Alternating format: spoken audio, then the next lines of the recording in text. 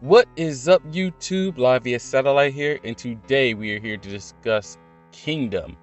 And in particular, guys, today we are going to be talking about Kanki's weakness. And I have been wanting to make this video for a while, but being that the latest chapter of Kingdom, chapter 535, brought Kanki back into the mix, and not only brought Kanki, but also foreshadowed something that Riboku may do, I figured now is as good a time as any to make a video about it.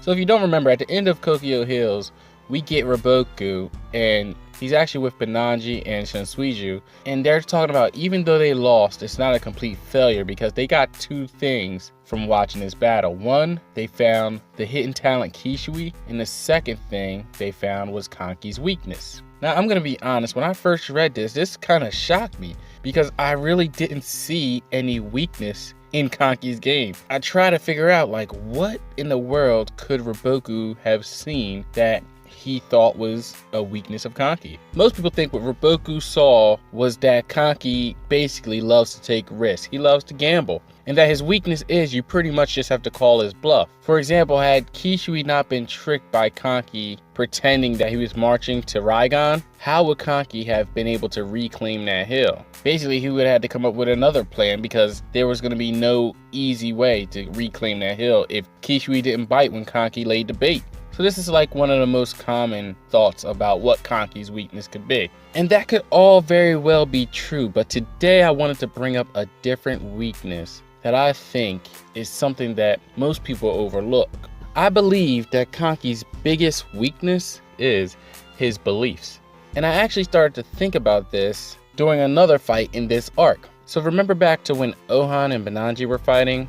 And what Bananji said was actually interesting because he was talking about how Issei was pretty much a beast among beasts for trying to take out the other 6 states and unify all of China. And then we got to see Ohan defending his king and being completely on board with the idea of unification. But what really got me thinking about it, guys, was the things that Bananji said were strikingly similar to the things that Kanki said during the Battle of Kokyo Hills when Shin and Kyokai were having their little fallout with Kanki and his men. And you can see here that Kanki's beliefs are totally against what Issei and Shin believe. When Shin brought up the idea of unification, Kanki even went so far as to call Shin the biggest villain he's ever seen. And he says, I'm not sure who told you that, but there are a couple of people like that from time to time. Foolish idiots filled with lunacy, pretending to be the very embodiment of justice. So at this moment, I don't believe that Kanki knew that this was Issei's goal, but by now he obviously knows that this is the goal of the king. So do you think Kanki's views have changed since then? Probably not. So now you have to ask yourself, what are the motives? What is the reason that Kanki is actually fighting in this war?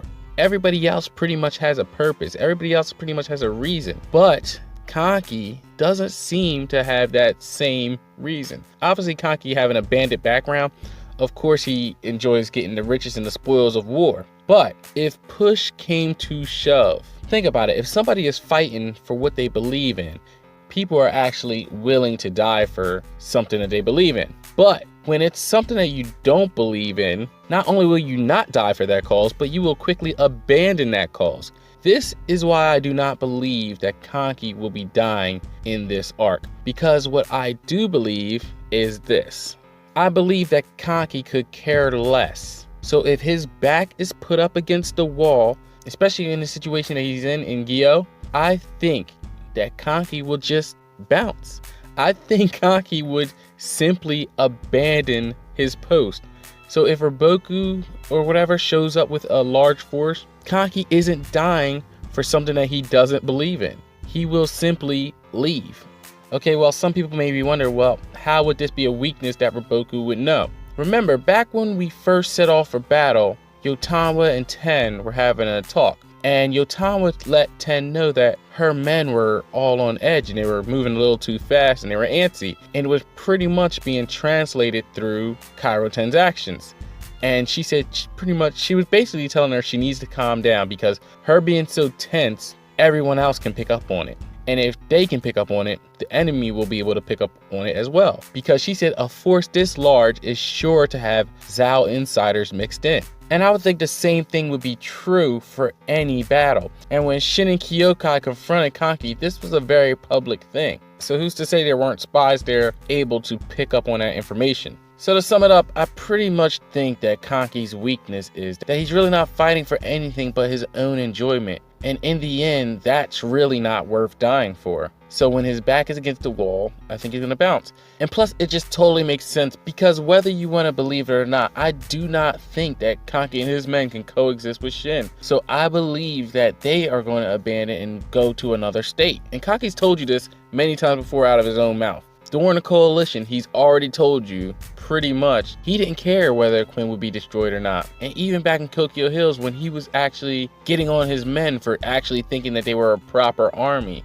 little by little, Hera's been trying to let us know that Kanki will eventually be on the opposing team. What team that will be, I'm not too sure, but I'm thinking it would be one of the littler states because it would make perfect sense. Because think about it, like in a smaller state like Yan, where Ordo is, how much of a boost would that be for their military to actually have Kanki on their team? And then it would actually make the storyline be way more interesting to see Kanki versus Shin. And could you imagine how Kanki would play with Shin's head, knowing all the things that he knows about him? That would be an epic storyline. But anyway, guys, that about does it for this discussion. Let me know what you guys think of these ideas. I'm sure you're not going to agree with everything I said, but leave a like if you enjoyed the video. Feel free to share, comment, and subscribe. Peace out.